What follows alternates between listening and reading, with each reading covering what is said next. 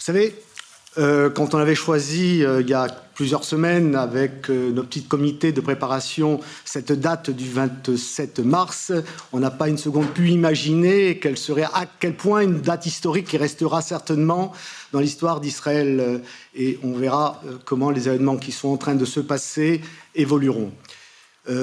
Pour nous, c'était une nécessité d'être là ce soir, dans cette enceinte où il y a 13 ans, en mai 2010 précisément, dans cette enceinte qui, pour près de 450 millions d'Européens, représente le temple de la démocratie européenne, nous avons lancé l'appel de J-Call. Et c'était il y a déjà 13 ans. Un appel à l'époque adressé aux dirigeants d'alors pour les alerter face aux dangers qui menaçaient à nouveau l'existence d'Israël. Ce n'était pas cette fois-ci un danger provenant de ses ennemis extérieurs, certes toujours présents, et auxquels ils savaient faire face, mais un danger dont ils occultaient l'existence, celui que faisait peser sur ce pays auquel nous sommes, en tant que citoyens européens, juifs indéfectiblement attachés, un danger que faisait donc peser sur ce pays la poursuite d'une occupation sur une population qui aspirait à son indépendance. Nous affirmions dans cet appel, il y a donc 13 ans, qu'il y avait une urgence à y mettre fin et que soit créé un État palestinien à ses côtés pour garantir à Israël sa pérennité en tant qu'État démocratique à majorité juive, comme l'avaient voulu ses pères fondateurs. C'était il y a 13 ans. Nous nous retrouvons aujourd'hui, une deuxième fois dans cette enceinte, pour lancer un nouvel appel aux dirigeants israéliens d'aujourd'hui, qui pour certains sont les mêmes qu'il y a 13 ans. Au danger précédent, toujours présent, et qui n'a fait que s'aggraver, s'en rajoute aujourd'hui un autre, qui n'en est pas moins dangereux. Celui de voir ce pays perdre son caractère démocratique, du fait de lois votées par une majorité circonstancielle à la Knesset. Nous nous adressons à nouveau à ces dirigeants pour leur dire qu'ils ne sont pas seulement aujourd'hui responsables de l'avenir d'un État dont ils doivent conduire la politique. Ils sont aussi responsables d'une espérance qui avait le jour après 2000 ans.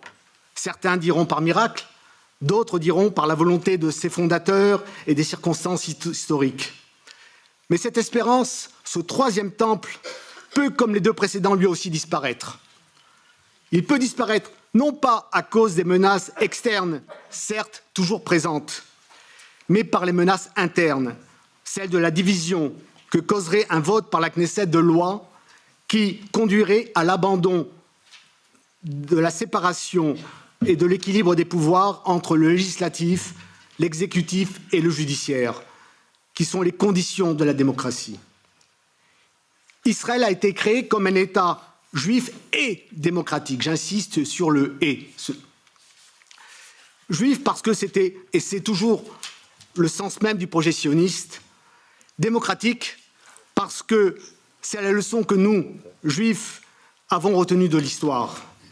Nous savons la dette que nous devons à la démocratie. C'est depuis son avènement que nous avons pu acquérir une pleine citoyenneté dans les États où nous vivons et où ce régime est en vigueur.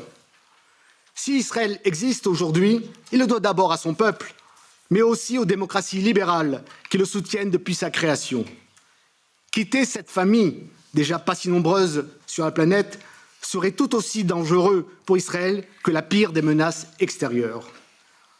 Enfin, nous sommes là aussi, et aujourd'hui encore plus avec ce qui se passe dans les rues d'Israël, pour apporter notre soutien aux centaines de milliers d'Israéliens qui, depuis plusieurs semaines, descendent dans les rues, enveloppés du drapeau bleu et blanc, et nous crions avec eux « Démocratia, démocratia ».